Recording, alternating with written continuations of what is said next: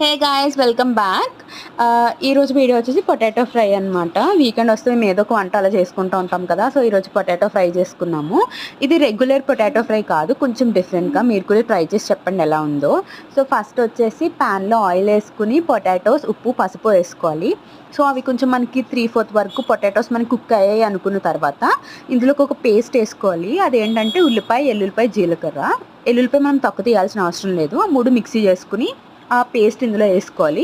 ఆ పేస్ట్ వేసిన తర్వాత మనం బాగా మిక్స్ చేసుకుని ఉల్లిపాయ వాసన పోయేంత వరకు మనం దాన్ని వేపుకోవాలన్నమాట. సో వన్స్ అది మనకు కుక్ అయింది అనుకునేసరికి అప్పుడు జీలకర్ర పొడి, కారము, ధనియాల పొడి వేసుకోవాలి. అవి వేసుకుని కారం పచ్చివాసన పోయేంత వరకు వేపుకోవాలి. సో లాస్ట్లో మనం దింపుకునే ముందు మేమైతే ఒక సీక్రెట్ ఇంగ్రీడియంట్ వేసాము. అది వచ్చేసి అమ్మ చేసిన గరం మసాలా అనమాట. సో మీ దగ్గర ఉంటే ఏదైనా బయట కొనుక్కునే మసాలానే వేసుకోవచ్చు.